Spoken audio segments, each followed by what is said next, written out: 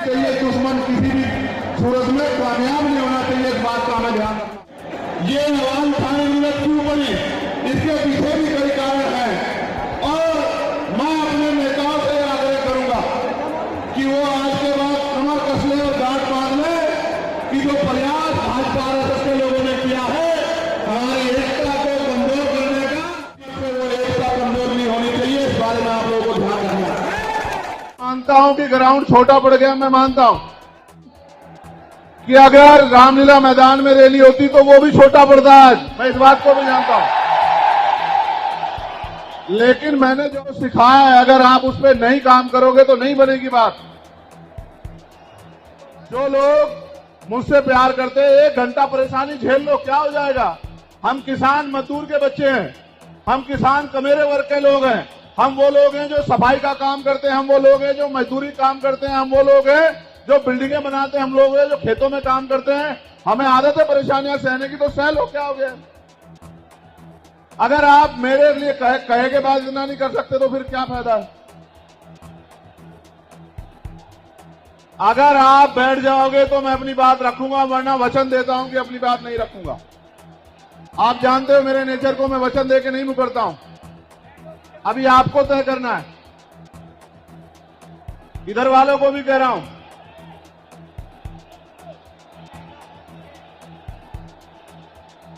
बैठ जाओ।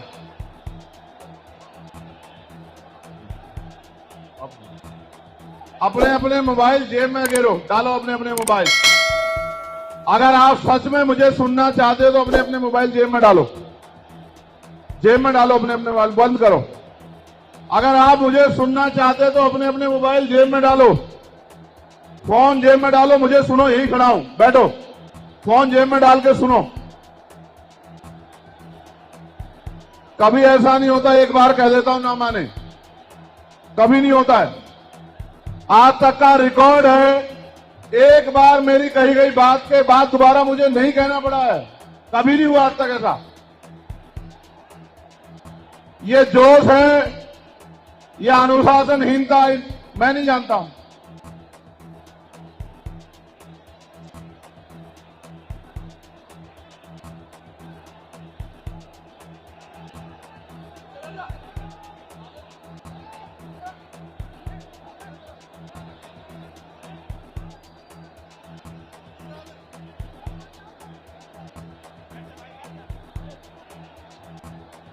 बैठ जाओ।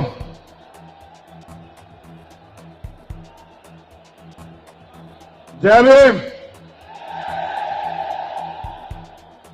अपनी बात को शुरू करते हुए बहुजन समाज में सभी जाति धर्मों में जन्मे सभी संतों, गुरुओं और महान पुरुषों को नमन करता हूं।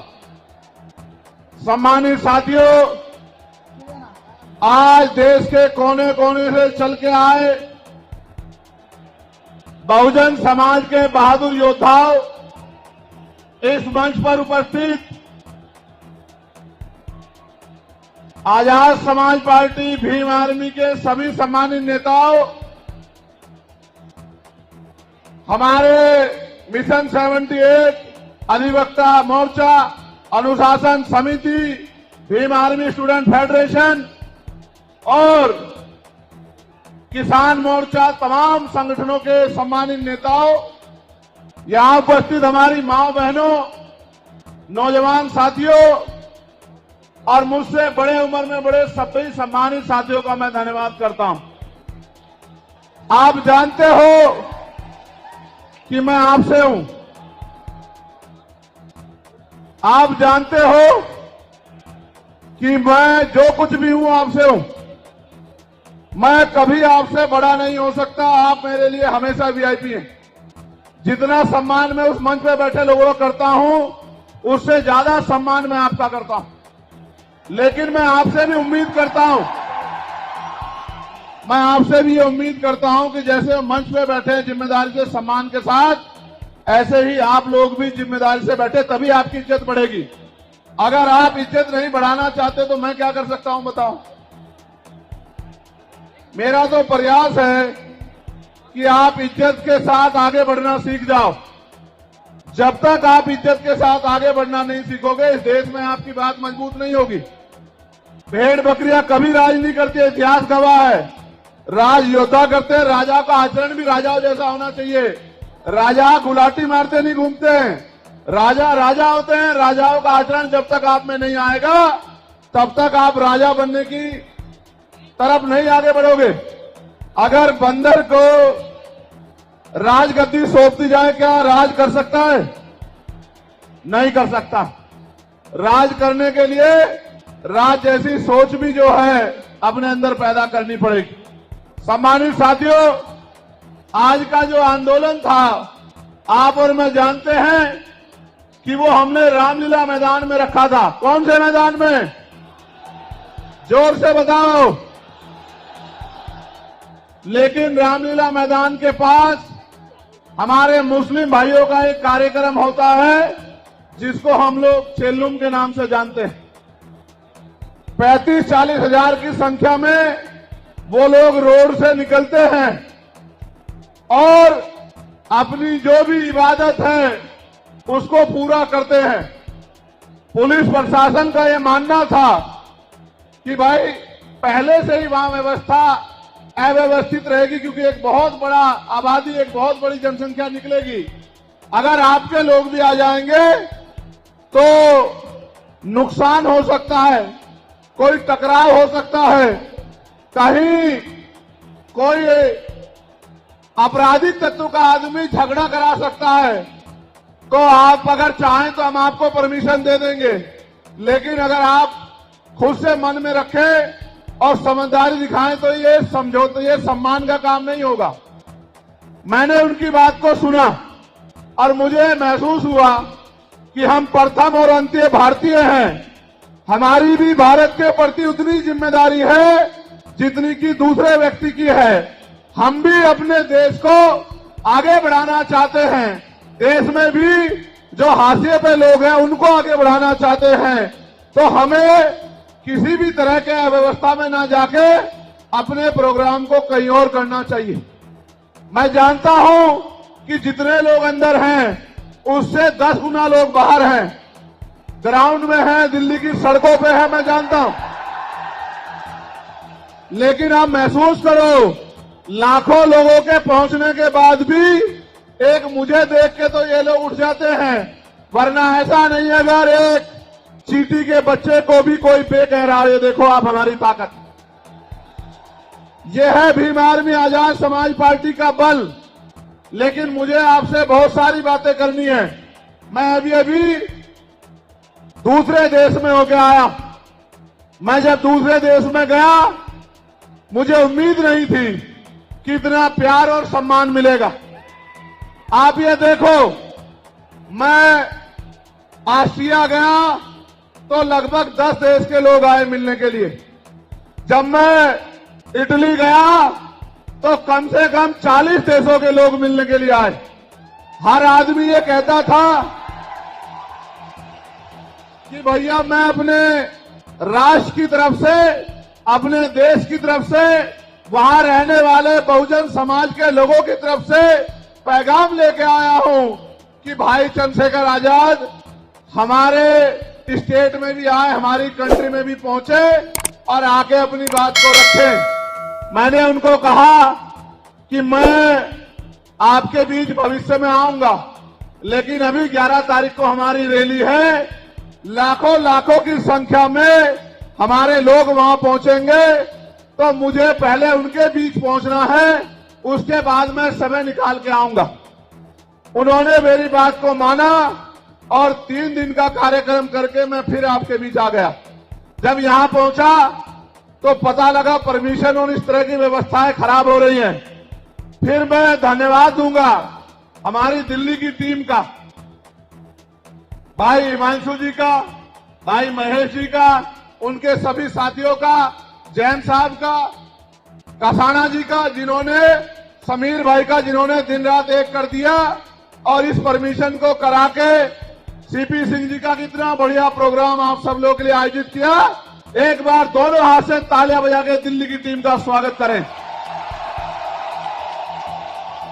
जब मैं दिल्ली का धन्यवाद कर रहा हूं तो देश भर में जहां से सबसे बड़ी ताकत हमें मिली है, मैं उत्तर प्रदेश की भी पूरी टीम का धन्यवाद करना चाहता हूं,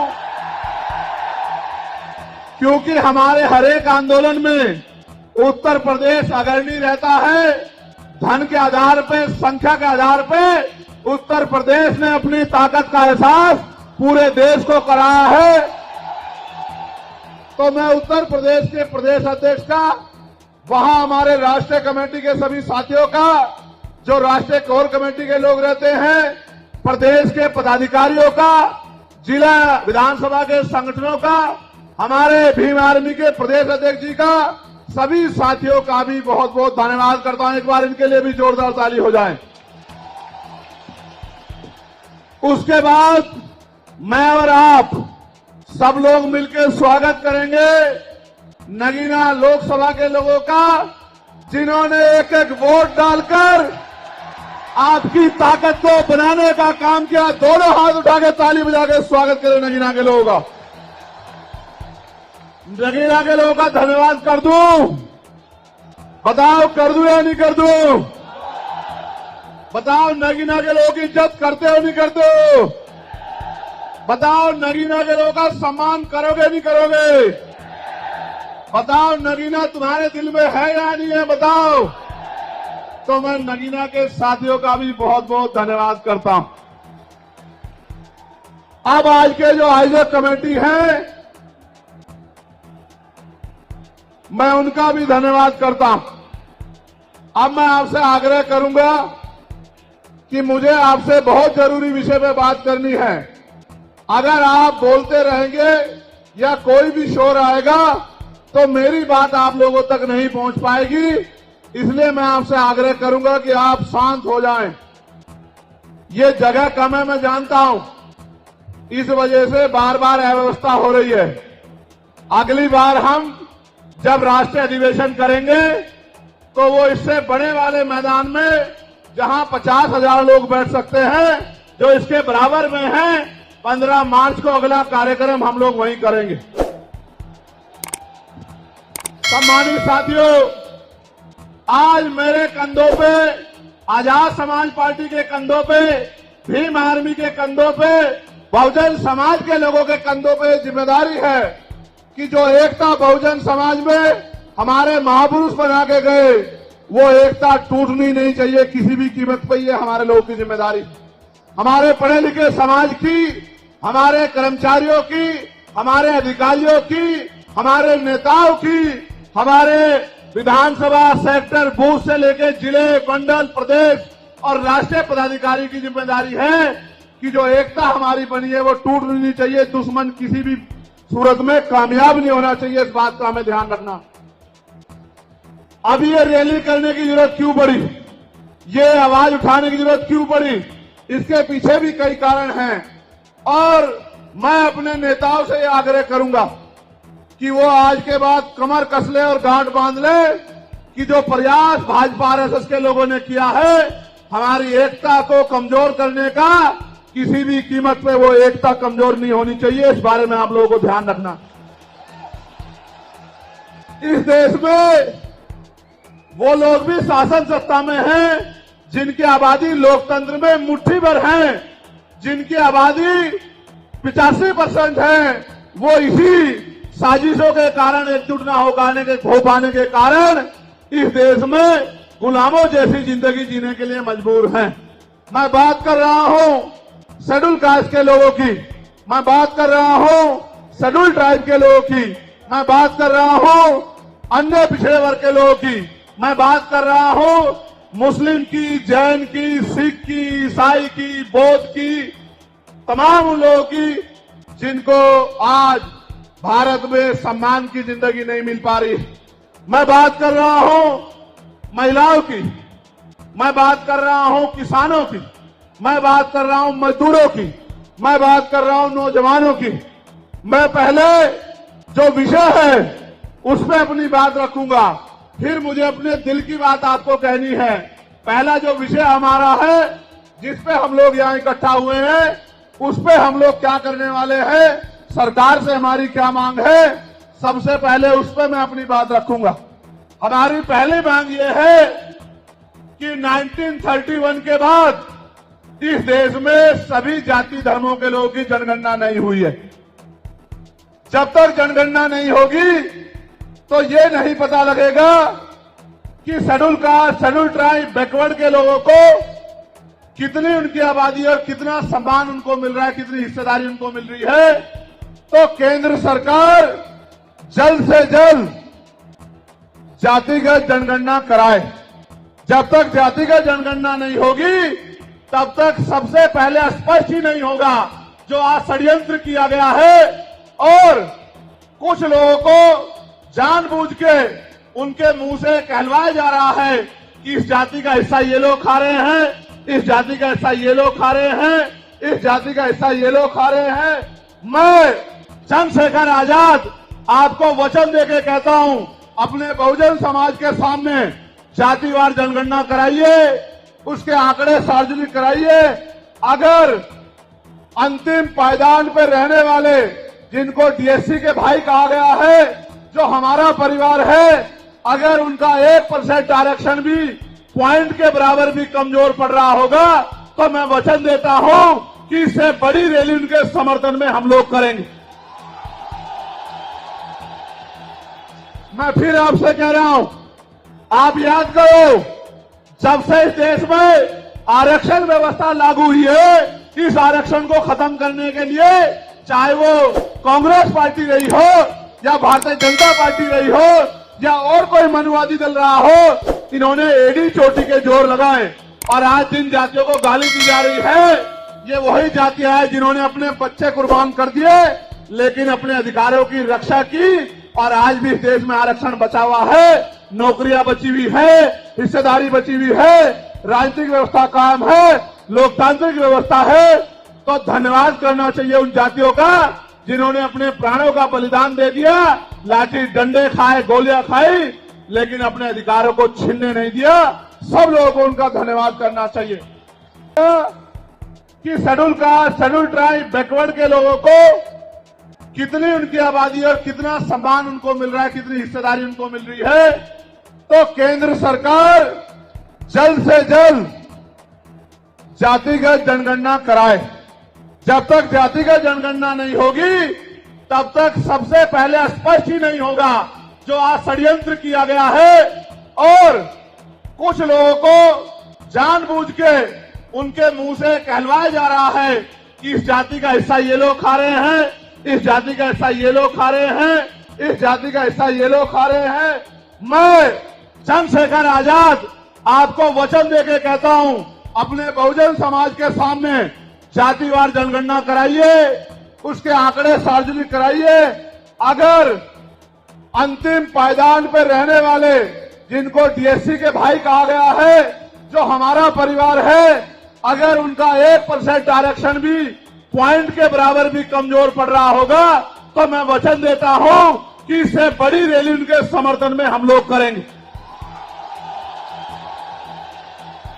मैं फिर आपसे कह रहा हूं, आप याद करो, जब से इस देश में आरक्षण व्यवस्था लागू हुई है, इस आरक्षण को खत्म करने के लिए चाहे वो कांग्रेस पार्टी रही हो या भारतीय जनता पार्टी रही हो या और कोई मनुवादी दल रहा हो, इन्होंने एड़ी चोटी के जोर लगाए। और आज जिन जातियों को गाली दी जा रही है, ये वही जातियां हैं जिन्होंने अपने बच्चे कुर्बान कर दिए लेकिन अपने अधिकारों की रक्षा की और आज भी इस देश में आरक्षण बचा हुआ है, नौकरियां बची हुई है, हिस्सेदारी बची हुई है, राजनीतिक व्यवस्था कायम है, लोकतांत्रिक व्यवस्था है। तो धन्यवाद करना चाहिए उन जातियों का जिन्होंने अपने प्राणों का बलिदान दे दिया, लाठी डंडे खाए, गोलियां खाई, लेकिन अपने अधिकारों को छीनने नहीं दिया। सब लोगों को उनका धन्यवाद करना चाहिए। लेकिन दुश्मन का ये षड्यंत्र है और दुश्मन बड़ा समझदार है। दुश्मन जानता है कि 2 अप्रैल 2018 के बाद में ये दलित समाज एकजुट हो गया था। जब दलित समाज एकजुट हुआ तो वो ये सोचने लगे कि इनकी एकता को कैसे तोड़ा जाए। आप और मैं जानते हैं, जब हम मुट्ठी बनकर रहेंगे तो कोई हमारे अधिकारों को नहीं छीन सकता है, लेकिन जब जब हम बट जाएंगे, एक उदाहरण के तौर पे बताता हूं। अगर आप झाड़ू की सिक्कों को इकट्ठा कर दोगे, वो सिक्के जो हैं एकजुट हो जाएंगे, उनको बांध दिया जाएगा तो वो सारा कचरा साफ कर देंगे। लेकिन अगर वो जो सिक्के होते हैं, अगर आपने उनको अलग अलग कर दिया तो वो कचरा साफ नहीं कर पाएंगे, वो खुद कचरा बन जाएंगे, उनकी कोई हैसियत नहीं बनेगी। इसलिए हमारे महापुरुषों ने बहुजन समाज में भाईचारे की बात की। और आप महसूस करो, बाबा साहब अंबेडकर ने क्या नारा दिया? शिक्षित बनो, संगठित रहो और संघर्ष करो।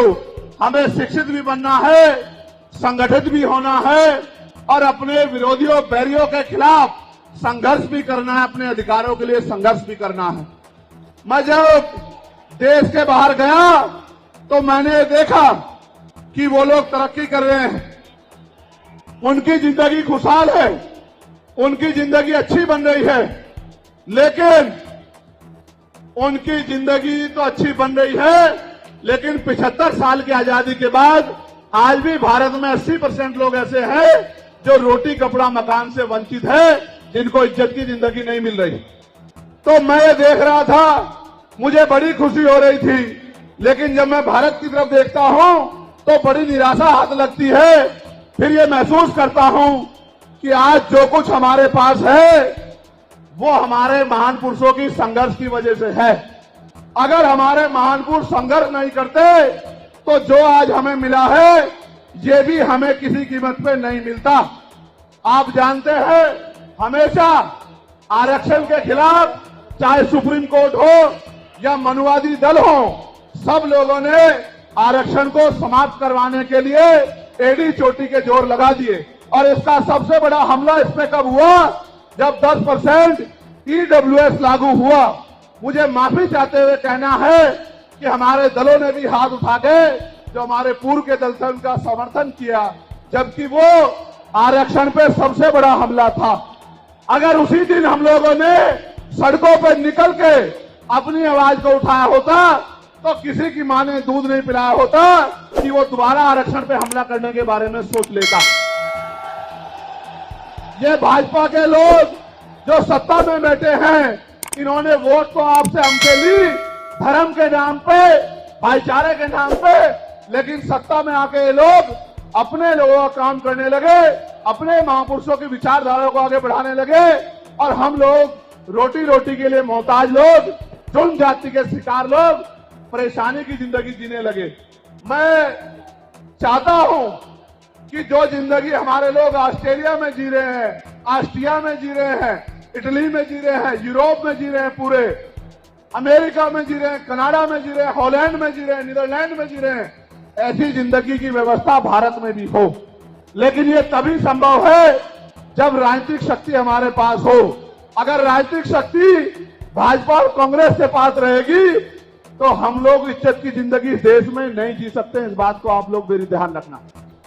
ये मैं नहीं कह रहा हूं, ये बाबा साहब अंबेडकर ने कहा, political power is the master की। राजनीतिक सत्ता वो चाबी है जो आपकी सारी परेशानियों का हल कर देगी। और राजनीतिक सत्ता जिनके पास है उनके लोग हजारों हजारों करोड़ रुपए लेके भाग जाते, उनके लोग उनके पूंजीपतियों के लाखों लाखों करोड़ रुपए माफ कर दिए जाते। लेकिन अगर आपका 10,000 रुपए का बिल भी बाकी हो तो 10,000 रुपए का बिल भी अगर आप नहीं दोगे तो मुकदमा लिख के आपको जेल भेजने का काम सरकार कर देगी और आपके घर की कुर्की भी करा देगी। आप किसानों का, मजदूरों का हाल देख लो, आप नौजवानों का हाल देख लो, इस देश में क्या है। तो हमारी सबसे बड़ी मांग ये है, आप समर्थन करके बताना कि आप इस पे सहमत हो या नहीं हो। बताओ, जातिवार जनगणना होनी चाहिए नहीं होनी चाहिए? एक सुर में बताओ, होनी चाहिए नहीं होनी चाहिए? साथ साथ इस देश में जातिवार जनगणना के साथ साथ जितने भी सरकारी संस्थान हैं, चाहे वो जुडिशरी हो जहां से हमारे खिलाफ लगातार फैसले आते हैं, चाहे वो आर्मी हो, चाहे वो और कोई सरकारी संस्था हो, सब लोग सब जगह पे आरक्षण व्यवस्था लागू होनी चाहिए। बताओ, होनी चाहिए नहीं होनी चाहिए? दोनों हाथ उठा के बताओ, होनी चाहिए नहीं होनी चाहिए? बहुत अच्छी बात।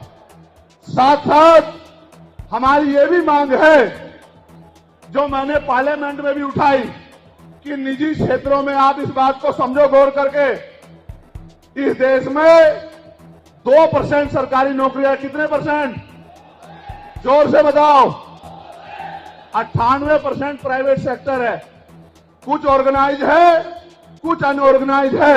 आप ये देखो, 2% में तो बंटवारा है, लेकिन 98% पे पुरानी सत्ता वाले लोग और आज की सत्ता वाले लोग सांप की तरह कुंडली मार के बैठे हैं। ना वहां SC ST के लोगों का कोई प्रतिनिधित्व है, ना OBC के लोगों का है, ना ही मुस्लिम लोगों का है। तो हमारी मांग ये भी है कि अब समय आ गया है कि निजी क्षेत्रों में भी आरक्षण की व्यवस्था होनी चाहिए नहीं होनी चाहिए? बताओ, दोनों हाथ उठा के बताओ, जोर से बताओ, होनी चाहिए नहीं होनी चाहिए? Very good, very good. साथ साथ हमारी ये मांग है कि प्रमोशन में रिजर्वेशन भी इस देश में लागू होना चाहिए। शेड्यूल कास्ट, शेड्यूल ट्राइब और बैकवर्ड के लोगों के लिए प्रमोशन में रिजर्वेशन भी सरकारी संस्थानों में लागू होना चाहिए। लागू होना चाहिए? बताओ, जोर से बताओ। हमारी ये भी मांग है कि मंडल कमीशन की बाकी सिफारिशें भी लागू होनी चाहिए, क्योंकि जब तक मंडल कमीशन की बाकी सिफारिशें लागू नहीं होगी, तब तक पिछड़े वर्ग के लोगों को बराबर की हिस्सेदारी और सम्मान नहीं मिलेगी। हमारी ये भी मांग है, सरकार कह रही है कि क्रीमी लेयर लागू करना चाहिए, और जज साहब भी कह रहे हैं क्रीमी लेयर लागू करना चाहिए। मैंने पार्लियामेंट में पूछा कि भारत में कितने शेड्यूल कास्ट के लोग, शेड्यूल ट्राइब के लोग अरबपति बन गए, इसका डाटा आपको सार्वजनिक करना चाहिए, आर्थिक आंकड़े सार्वजनिक करने चाहिए, तब हमें पता लगेगा कि क्रीमी लेयर की स्थिति में हम आए या नहीं आए। आपको शायद जानकारी नहीं है, मैं आपको बताता हूं, आज भी बहुत सारे पदों को NFS करके, नोट फाउंड सुटेबल करके हमारे योग्य लोगों को नौकरी से निकालने का काम ये सरकारें करती है, क्योंकि कलम की ताकत उनके हाथ में होती है। जिनकी राज सत्ता पे कब्जा होता है, हमारे लोगों का राज सत्ता पे कब्जा नहीं है, इसलिए सारी योजनाएं हमारे खिलाफ बनती हैं। हमारी ये भी मांग है, जिस पर मैं गौर कर रहा हूं, सरकार ने कहा, मैं आज इस पर भी बोलूंगा। आज अगर मैं इस पर नहीं बोलूंगा तो हमारे लोगों को पता ही लगेगा देश में क्या हो रहा है। सरकार ने कहा कि वर्गीकरण लागू होना चाहिए। मैंने आपको बताया कि बातें तो बहुत लोग करते हैं, लेकिन जब आरक्षण पे हमला होता है, जब और किसी तरीके से आरक्षण को खत्म किया जाता है, जब गांव-गांव जाके लोगों को समझाने का प्रयास किया जाता है, तब जिन जातियों को आज सरकार के इशारे पे गाली दी जा रही है, उनको ही उन्हीं की जिम्मेदारी मान के लोग घर में बैठ जाते हैं कि भाई यही आरक्षण की रक्षा करेंगे, यही अधिकारों की रक्षा करेंगे। लेकिन सच ये है, अगर सरकार की मंशा वर्गीकरण के जरिए वास्तविकता में निचले पायदान पे बैठे अंतिम व्यक्ति को ऊपर उठाने की होती, तो जिस तरह से 10% आर्थिक आधार पर आरक्षण की व्यवस्था की गई थी, 10% आरक्षण की व्यवस्था DSC के भाइयों के लिए, DSC परिवारों के लिए सरकार कर सकती थी। उनका कोई मतलब नहीं बैठता था कि इन्हीं में टुकड़ा डाल दे, क्योंकि सरकार जानती है इनमें बंटवारा हो जाएगा तो इनके खिलाफ आंदोलन आसान हो जाएगा, इनको पता भी नहीं चलेगा कब इनके अधिकार खत्म हो गए। मैं आपसे कहना चाहता हूं, सरकार बताए उनके पास वर्गीकरण की क्या पॉलिसी है, किस आधार पे वो वर्गीकरण करना चाहते हैं, कौन से आंकड़े उनके पास है, कौन से डाटा उनके पास है। मैं सरकार से जानना चाहता हूं, सरकार कमेटियां बना दे और वर्गीकरण किस फॉर्मूले पे करेगी ये भी बता दे। हम सरकार को भी सुनना चाहते हैं। अभी देश में पिछले दरवाजे से कुछ नहीं होगा, जो कुछ होगा आमने सामने होगा। अगर हमारे अधिकारों की बात आएगी तो लड़ाई आमने सामने लड़ी जाएगी। सरकार ये भी बताए क्या वह रोस्टर में बदलाव करेगी, क्या सरकार रोस्टर में बदलाव करेगी, सरकार बताएगी। हमारे लोग तो अभी सही तरह से चीजों को नहीं जानते हैं। मैं ये भी विश्वास दिलाता हूं, स्पेशली डीएससी के भाइयों को कह रहा हूं, मेरी बात को गौर से सुनना। स्पेशली डीएससी के भाइयों को कह रहा हूं, उन जातियों को जो लोग आंदोलन कर रहे हैं, आपको एहसास नहीं है, जब देने की बारी आएगी हम बताएंगे अपने भाइयों को किस तरह से आगे बढ़ाया जाता है, किस तरह से उनकी हिस्सेदारी दी जाती है। अभी तो हम पे देने कुछ है ही नहीं। मैं आपको विश्वास दिला कहता हूं, डीएससी के जो हमारे भाई हैं, वाल्मीकि समाज के भाई हों, धानुक समाज के भाई हों, और बागड़ी समाज के भाई हों, और किसी सैसी समाज के भाई हों, मैं चंद्रशेखर आजाद वचन देके कहता हूं बहुजन समाज के सामने, ये हमारी आपसी बातचीत है। आप दुश्मन के इशारों पे काम मत करो, हम लोग बैठ के अपनी लड़ाई को निपटा लेंगे। हम लोग अपने आप बैठ के चर्चा करके आपके साथ बैठ के, अगर कहीं हमें कुछ डर भी है, आप चीजों को नहीं समझ पा रहे हो या हम लोग समझा नहीं पा रहे, अगर आपको अधिकार मिलता है तो बताओ, हमारे किसी व्यक्ति को तकलीफ है क्या? बताओ, अगर हमारे डीएससी के भाइयों को अधिकार मिलता, बताओ, हाथ उठा के बताओ, तकलीफ है क्या हमें किसी को? ये इतना बड़ा जन समूह गवाही दे रहा है, अगर डीएससी के भाइयों को कुछ मिलता है तो हमें तकलीफ नहीं है। लेकिन हम इस सरकार की मंशा को जानते हैं, हम इस सरकार को जानते हैं, इनके चरित्र को जानते हैं। ये देना कुछ नहीं चाहती, ये तो इसको अटका के रखना चाहती हैं। आप ये देख लेना, इन्हीं के कुछ लोग पायलट सुप्रीम कोर्ट चले जाएंगे। जैसे उदाहरण के तौर पे गौर करो, 69,000 शिक्षक भर्ती में सरकार ने 20,000 पदों पे घोटाला किया। हम लोगों ने आंदोलन किया तो सरकार ने 6,800 नियुक्ति की लिस्ट जारी की। फिर अपने लोगों को हाईकोर्ट भेज के उस पर रोक लगवा दी। फिर हाईकोर्ट पे फिर हमारे लोग लड़े तो उन्होंने कहा दोबारा लिस्ट जारी करो, इनको अधिकार मिलना चाहिए। तो वोट लेने के लिए हमारे लोगों के सामने कहा कि भाई मिलना चाहिए, हम समर्थन करते हैं, लेकिन अपने लोगों को सुप्रीम कोर्ट भेज दिया और सुप्रीम कोर्ट में इनके बैठे जजों ने फिर से उस पर रोक लगा दी। इसलिए हमें इनकी नीयत पे शक होता है। मुझे डर ये भी है, अगर ये अधिकार स्टेट गवर्नमेंट को दे दिए गए तो ये कॉन्स्टिट्यूशन का तो बहुत बड़ा वॉयलेशन होगा ही, 340 का, 341 का, लेकिन ए का। लेकिन सबसे बड़ा खतरा ये है कि कल जो सरकार सत्ता में आएगी वो किसी भी अन्य जाति के लोगों को शेड्यूल कास्ट में उनको शामिल करके आपके पूरे अधिकार को छिन-भिन कर सकती है। अगर ये पावर स्टेट को मिल गई, हमें सरकार की मंशा पे सिर्फ शक है।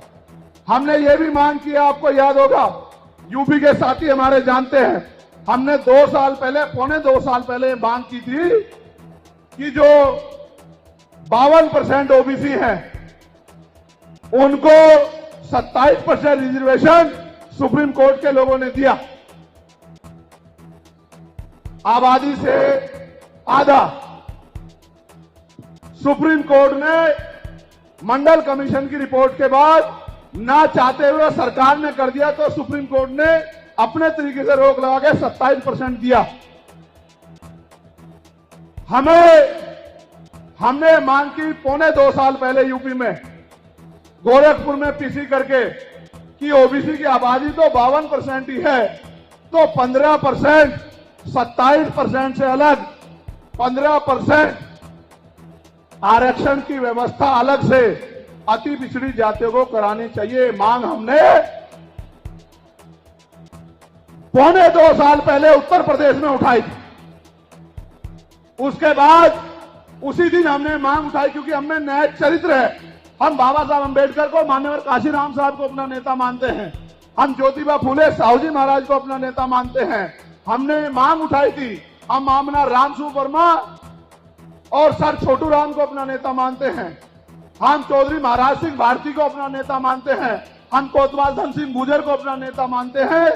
हमने मांग उठाई थी कि भाई हमारी आबादी बढ़ रही है, 2011 के बाद जनगणना नहीं हुई और जो जनगणना हुई उसके आंकड़े जारी नहीं हुए, इसलिए हम लोग मांग करते हैं कि जिन जातियों को अवसर नहीं मिले, पहले तो उनको तैयार किया जाए और फिर उनको 5% अतिरिक्त आरक्षण शेड्यूल कास्ट में 15% अतिरिक्त देकर उनको मुख्य धारा में लाया जाए। जब हम 2 साल पहले इसकी मांग कर रहे हैं तो हम डीएससी के भाइयों के विरोधी कैसे हो सकते हैं, आप लोग बताओ। तब तो वो आंदोलन भी नहीं चला रहे थे, हम तो आंदोलन चला के मांग कर रहे थे कि मिलना चाहिए मिलना चाहिए। लेकिन मैं आज भी कहता हूं, हमारी ये मांग है कि अब समय आ गया देश में कि आरक्षण की सीमा बढ़ाई जानी चाहिए, आरक्षण की कैप खत्म की जानी चाहिए और 100% रिजर्वेशन इस देश में लागू होना चाहिए। जिसकी जितनी संख्या भारी उसकी उतनी हिस्सेदारी का लाभ उनको मिलना चाहिए। आप फिर कह रहा हूं, जातिगत जनगणना कराओ और 100% आरक्षण करो। मैं तो स्वर्ण जातियों का सबसे बड़ा हितैषी हूं, उनको 10% आरक्षण क्यों दे रहे हो? मेरी ये मांग है। मैं तो अपने लोगों के आरक्षण में से भी उनके लिए मांग करता हूं। उनकी आबादी तो 15% भी नहीं है। मैं ये कहता हूं कि उनका अलग से ब्लॉक बना के उनको 20% आरक्षण सरकार को देना चाहिए और 80% आरक्षण को SC, ST, OBC के लिए फ्री कर देना चाहिए। जबकि काशीराम साहब तो 85% की बात करते थे, लेकिन मैं समझता हूं कि उनमें भी लोग गरीब हैं, इसलिए मैं उनका 5% और बढ़ा रहा हूं।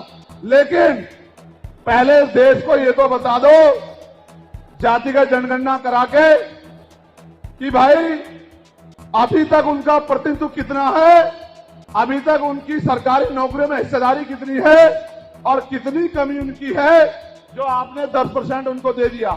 आज हम लोग एक और मांग भी उठाते हैं कि कास्ट का आरक्षण बढ़ा के उसकी संख्या के आधार पे 25% करना चाहिए। बताओ सहमत हो नहीं सहमत हो? जोर से हाथ उठा के दोनों हाथ उठा के बताओ सहमत हो नहीं सहमत हो? तो ये हमारी वो मांगे हैं जिनके लिए आज हम लोग यहां इकट्ठा हुए हैं। और हम इकट्ठा नहीं हुए आज तो मजबूरी या अपने देश से प्यार था कि हमने अपने आंदोलन को बदलाव कर लिया। अगली बार अधिवेशन तो होगा इंदौर में, लेकिन जब तो इस बार एक और बड़ा आंदोलन रामलीला मैदान में, और रामलीला मैदान से अपनी ही पार्लियामेंट का घेराव करके अपनी मांगों को उठाने के लिए हम लोग करेंगे। बताओ मदद करोगे नहीं करोगे?